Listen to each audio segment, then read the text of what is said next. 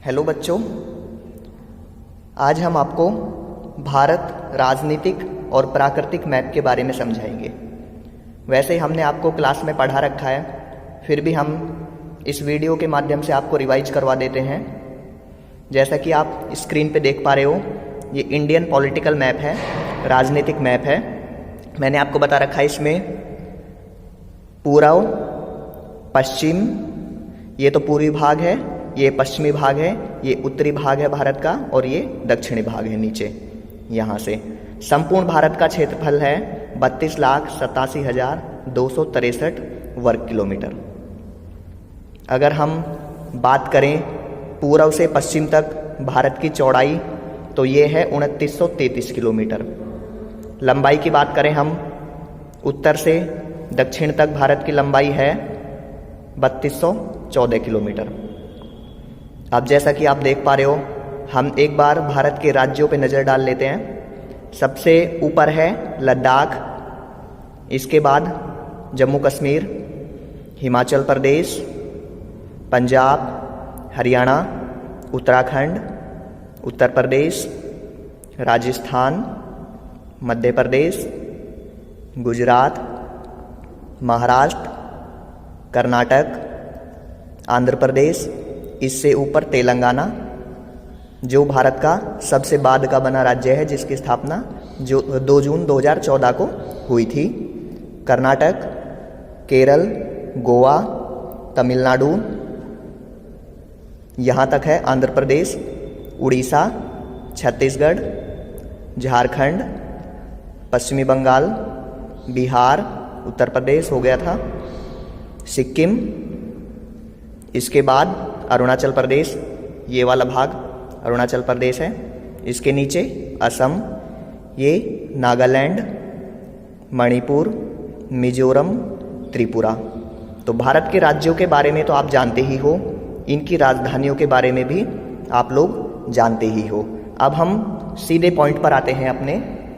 हम आपको भारत के प्रमुख बंदरगाह भरने आपको समझाएंगे। भारत के प्रमुख बंदरगाह मैं इसमें लिख देता हूं।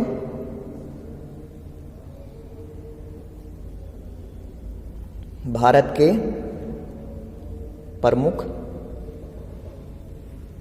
बंदरगाह मैं आपको बता दूं, भारत के 9 राज्य समुद्री तट रेखा को छूते हैं। 9 राज्य, ये यहाँ से लेकर ये जो नीला पार्ट आपको दिख रहा है, ये समुद्री तट को छूने वाले राज्य हैं। सबसे बड़ा समुद्री तट वाला राज्य है गुजरात, जिसकी सीमा लगभग 1000 किलोमीटर लगती है। तो भारत के 9 राज्य समुद्री तट रेखा को छूते हैं, और इससे जो समुद्री व्यापार होता है, जो जहाज़ों को रोकने का जो माध्यम होता है, जो अड्डा होता है, उनको बंदरगाह कहते हैं। ठीक है, तो अब हम बात करते हैं। सबसे पहले जैसा आपको दिख रहा है, गुजरात की ही बात करते हैं हम। गुजरात में सबसे पहले है कांडला बंदरगाह। कांडला बंदरगाह ये रहा यहाँ पर, ये है गुजरात में कांडला बंदरगाह। मैं लिख देता हूँ इसमें हाथ के हाथ। और इसके बाद हम बात करते हैं सूरत बंदरगाह की। ये वाला है, ये है सूरत बंदरगाह। और इसके बाद हम बात करते हैं जो भारत का महत्वपूर्ण बंदरगाह है, मुंबई बंदरगाह। ये वाला, ये है मुंबई बंदरगाह। अब जैसा कि हम इससे नीचे ही देखते हैं, ये है नाहवा सेवा बंदरगाह या जवाहरलाल नेहरू बंदरगाह। नाहवा सेवा बंदरगाह, या इसको जवाहरलाल नेहरू बंदरगाह भी बोलते हैं। आप सभी इनको अपने अपने मैप में भर लोगे, खाली मैप में। आपके पास मैप बुक होगी, उसमें सभी लोग इसको भर लेंगे। ठीक है, मुंबई से नीचे है नाहवा सेवा बंदरगाह या जवाहरलाल नेहरू बंदरगाह। ठीक है, इसके बाद हम बात करते हैं मार्मागांव बंदरगाह, जो है गोवा में। ये है गोवा राज्य में, मार्मागांव बंदरगाह, मार्मागांव बंदरगाह। सूरत बंदरगाह और कांडला बंदरगाह ये है गुजरात में, मुंबई बंदरगाह और नाहावा सेवा बंदरगाह ये है महाराष्ट्र राज्य में। अब इसके बाद हम बात करते हैं न्यू मंगलौर बंदरगाह, ये है न्यू मंगलौर बंदरगाह, न्यू मंगलौर बंदरगाह ये है कर्नाटक में। ठीक है, समझ में आया होगा आपको। अब है कालीकट बंदरगाह, जिसको वर्तमान में कोझिकोड बंदरगाह भी बोलते हैं। कालीकट बंदरगाह, जिसके रास्ते से वास्को डी गामा भारत में आया था, उसका वर्तमान में नाम है कोझिकोड। ये बंदरगाह है केरल में, ये रहा, ये है कालीकट या कोझिकोड बंदरगाह। अब है त्रिवेंद्रम बंदरगाह, ये भी केरल में ही है, त्रिवेंद्रम बंदरगाह, ये रहा। तिरुवनंतपुरम बंदरगाह भी इसको बोलते हैं, या त्रिवेंद्रम बंदरगाह, ये है केरल में। समझ में आ रहा होगा सभी को। अब हम बात करते हैं तूतीकोरिन बंदरगाह, ये रहा, ये है तमिलनाडु में तूतीकोरिन बंदरगाह, ये है तमिलनाडु में तूतीकोरिन बंदरगाह। सबको दिखाई दे रहा होगा, ये है तमिलनाडु में। कारेकाल बंदरगाह, ये भी तमिलनाडु में ही है, कारेकाल बंदरगाह, ये भी तमिलनाडु में ही है। अब हम बात करते हैं चेन्नई बंदरगाह की, जो तमिलनाडु की राजधानी है। ये रहा, ये चेन्नई बंदरगाह है। अब हम बात करते हैं मछलीपट्टनम बंदरगाह, ये रहा मछलीपट्टनम बंदरगाह, ये है आंध्र प्रदेश में।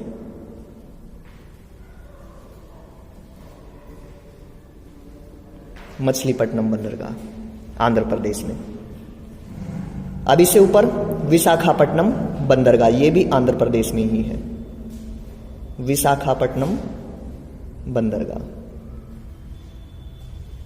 ये भी आंध्र प्रदेश में ही है। इसके बाद हम बात करते हैं पारादीप बंदरगाह, जो उड़ीसा राज्य में स्थित है। ये रहा पारादीप बंदरगाह।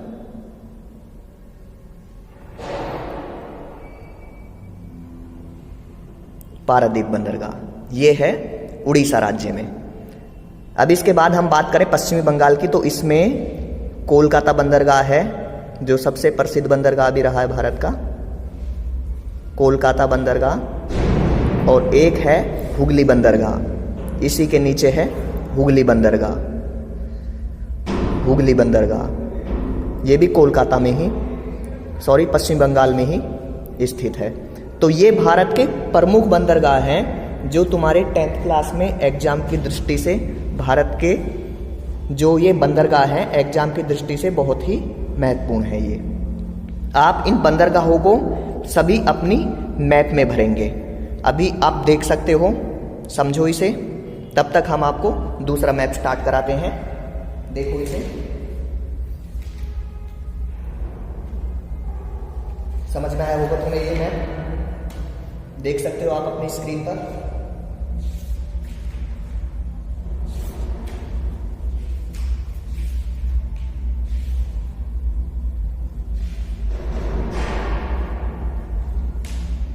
समझो इसे आप।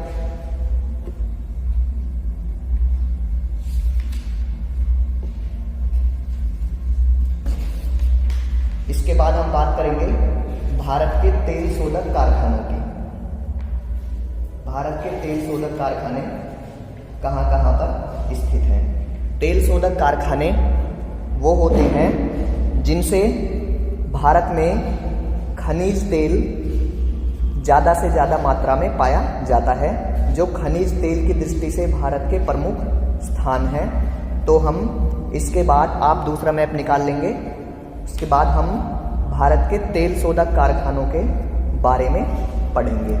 ये आपको समझ में आया होगा कि भारत के तेल शोधक कारखाने जहाँ से खनिज तेल का उत्पादन ज़्यादा से ज़्यादा मात्रा में होता है। तो आप दूसरा मैप निकाल लेंगे और हम तेल शोधक कारखानों का मैप में समझने की कोशिश करेंगे।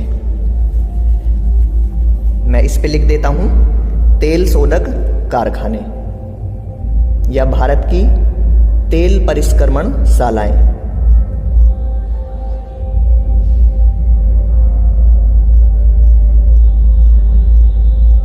तेल शोधक कारखाने। अब सबसे पहले हम देखेंगे जिस राज्य में भारत के सबसे ज़्यादा तेल शोधक स्थान है, तो सबसे पहले है डीगबोई।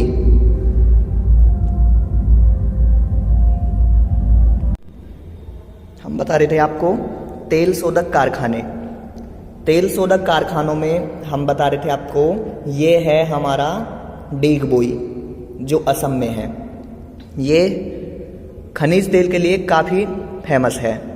तो ये है डीगबोई। दूसरा है नाहरकटिया, ये भी असम में ही है। तो ये भी हमारा खनिज तेल के लिए प्रसिद्ध स्थान है। हम बात करते हैं शिवसागर और बोगईगांव। बोगईगांव ये भी असम में ही है, ये रहा। और शिवसागर, ये है शिवसागर और इसके यहाँ पर है ये बोगईगांव।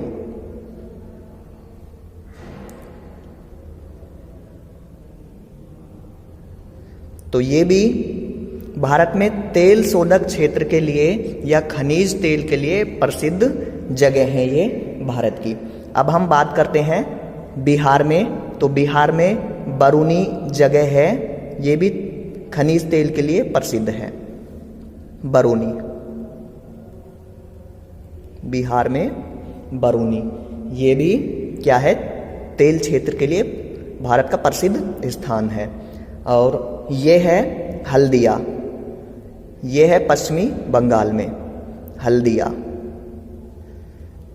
ये भी तेल क्षेत्र के लिए काफ़ी प्रसिद्ध स्थान है भारत का, हल्दिया। अब हम बात करते हैं महाराष्ट्र में। तो बॉम्बे भी, मुंबई भी प्रसिद्ध है। और मुंबई से ऊपर है ट्राम्बे, ये रहा ट्राम्बे, ये महाराष्ट्र में है। तो ये भी तेल क्षेत्र के लिए प्रसिद्ध है और ये मुंबई भी तेल क्षेत्र के लिए प्रसिद्ध है। अब हम बात करते हैं मंगलौर। मंगलौर ये भी तेल क्षेत्र के लिए भारत का प्रसिद्ध स्थान है, मंगलौर। और एक राजस्थान में है मंगला तेल कुआं। मंगला तेल कुआं ये भी राजस्थान में प्रसिद्ध है। मंगला तेल शोधक क्षेत्र, यहाँ के कुएं प्रसिद्ध हैं राजस्थान के। अब हम बात करते हैं अंकलेश्वर की। ये रहा गुजरात में अंकलेश्वर, ये भी तेल शोधक क्षेत्र के लिए प्रसिद्ध है अंकलेश्वर। और इसके अलावा हम बात करते हैं बॉम्बे हाई। ये मुंबई के पास जो समुद्र का क्षेत्र है, ये बॉम्बे हाई, ये भारत का सर्वाधिक प्रसिद्ध भारत का तेल शोधक क्षेत्र है, बॉम्बे हाई। और ये एग्जाम की दृष्टि से इम्पोर्टेंट भी है बॉम्बे हाई। ये है समुद्री क्षेत्र में भारत का, ये तेल शोधक क्षेत्र के लिए काफ़ी फेमस स्थान है। अब हम बात करते हैं मेहसाना। मेहसाना जो गुजरात में स्थित है, तो ये भी तेल शोधक क्षेत्र के लिए फेमस है। ये है मेहसाना गुजरात में, ये भी तेल क्षेत्र के लिए भारत के प्रसिद्ध स्थल हैं ये। तो इसके बारे में आपने ध्यान से समझा होगा, ध्यान से पढ़ा भी होगा।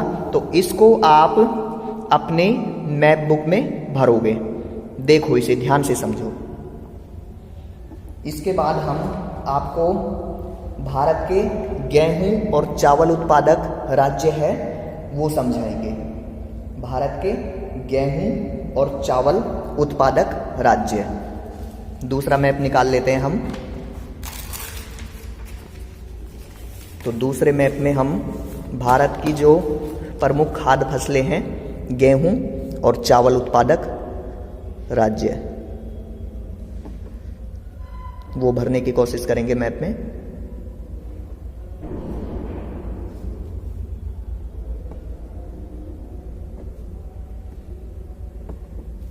गेहूं और चावल उत्पादक क्षेत्र। जैसा कि तुम मैप में देख रहे हो, ये भारत का उत्तरी भारत है और उत्तरी भारत में कौन सी फसल प्रसिद्ध है, खाद्यान्न फसल, वो है गेहूं। भारत में 1965 और 66 में अकाल पड़ने के बाद भारत में हरित क्रांति आई थी 1967 के आसपास, जिसमें गेहूं और चावल के उत्पादन पर बल दिया गया। तो भारत आज गेहूं और चावल के उत्पादन के क्षेत्र में आत्मनिर्भर देश है और गेहूं और चावल भारत की मुख्य खाद्यान्न फसलें हैं। तो इसमें हम देखते हैं कि भारत में सबसे ज़्यादा गेहूं उत्पादक राज्य कौन सा है। तो सबसे ज़्यादा गेहूं उत्पादक राज्य है वर्तमान में पंजाब। पंजाब सबसे ज़्यादा भारत का गेहूं उत्पादक राज्य है। जैसे एग्जाम में आएगा कि भारत का एक प्रमुख गेहूं उत्पादक राज्य, तो आप पंजाब लिख सकते हैं। हरियाणा में भी गेहूं होता है, पंजाब में सर्वाधिक गेहूं होता है। हरियाणा में, उत्तर प्रदेश में भी गेहूं होता है। आप निशान लगाकर संकेतों के माध्यम से उसमें लिख सकते हैं। और जैसे हम बात करें, उत्तर प्रदेश में भी होता है, मध्य प्रदेश में भी होता है गेहूं, राजस्थान में भी होता है और महाराष्ट्र में भी होता है। तो ये भारत के गेहूं उत्पादक राज्य हैं। सबसे ज़्यादा गेहूं भारत की जलोढ़ मिट्टी में पैदा होता है और वो जलोढ़ मिट्टी या मैदान भारत के उत्तरी क्षेत्र में पाई जाती है। अब है चावल उत्पादक राज्य। तो सबसे पहले हम बात करें कि भारत में सबसे ज़्यादा चावल कहाँ पर होता है। तो भारत में सबसे अधिक चावल होता है पश्चिमी बंगाल में। ये रहा पश्चिमी बंगाल में भारत में सबसे ज़्यादा चावल होता है। इसके अलावा बिहार में भी होता है चावल। बिहार में, आंध्र प्रदेश में भी होता है। आंध्र प्रदेश में, उड़ीसा में भी होता है चावल। पंजाब में भी होता है यहाँ पर और केरल में भी होता है। केरल में भी होता है। तो ये क्या है, ये भारत के गेहूं और चावल उत्पादक कुछ राज्य हैं। अगर तुम्हारा क्वेश्चन आए कि भारत का चावल उत्पादक एक क्षेत्र, तो आप बिहार, बंगाल, आंध्र प्रदेश, उड़ीसा, केरल, इनमें से कोई सा जो अच्छा लगे वो आप लोग भर सकते हो। अब हम जैसे बात करें शुद्ध बोया गया क्षेत्रफल, हरियाणा और पंजाब शुद्ध बोए गए क्षेत्रफल के अंतर्गत सबसे ज़्यादा क्षेत्र आता है इनका 80% से भी अधिक। जहाँ पर शुद्ध क्षेत्र सर्वाधिक है, मैदानी भाग सर्वाधिक है, तो इनमें गेहूं सर्वाधिक होता है और भी फसल इसमें सबसे अच्छी मात्रा में होती है, सबसे अच्छी क्वालिटी की होती है। ठीक है। अब हम जैसे बात करें गन्ना उत्पादक भारत के राज्य, तो गन्ना सबसे ज़्यादा यूपी में होता है, उत्तर प्रदेश। जैसे क्वेश्चन में आए कि भारत का एक गन्ना उत्पादक राज्य, तो उत्तर प्रदेश आप लोग लिख सकते हो।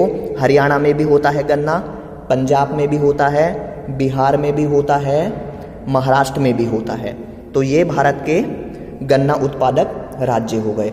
अगर हम बात करें कपास की, तो कपास भारत में काली मिट्टी में सबसे ज़्यादा पैदा होता है और काली मिट्टी गुजरात में और महाराष्ट्र में पाई जाती है। तो कपास उत्पादक राज्य हैं महाराष्ट्र, ये तो है गुजरात, ये है महाराष्ट्र। गुजरात, महाराष्ट्र, हरियाणा में भी होता है, पंजाब में भी होता है, कर्नाटक में भी होता है, तो मध्य प्रदेश में भी होता है। तो ये हैं भारत के कपास उत्पादक राज्य। अगर ये आए क्वेश्चन कि भारत का एक कपास उत्पादक राज्य, तो आप इन सब में से कोई सा भी एक जो आपको याद हो वो लिख सकते हो। पटसन उत्पादक राज्य, जो भारत का सुनहरा रेशा कहा जाता है, पटसन उत्पादक राज्य। तो हम बात करें, पश्चिमी बंगाल में भी होता है पटसन, बिहार में भी होता है, असम में भी होता है पटसन, उड़ीसा में भी होता है, उत्तर प्रदेश में भी होता है, जिसे सुनहरा रेशा बोलते हैं। तो ये भारत के गेहूं, चावल, गन्ना, कपास और पटसन उत्पादक राज्य मैंने आपको बताए। मुझे उम्मीद है ये आपने ध्यान से समझे होंगे और सभी बच्चे इनको अपनी जो मैप बुक है उसमें भरने की कोशिश करेंगे। और अगर समझ में नहीं आता है तो इस वीडियो को दोबारा से देखेंगे, फिर भी अगर समझ में नहीं आता है तो मुझसे पूछ लेंगे। आप सभी बच्चे इनको अपनी मैप बुक में भरोगे। अभी आप लोग इसको रिवाइज करेंगे और मैप में ज़्यादा से ज़्यादा नंबर लेकर आने हैं। धन्यवाद।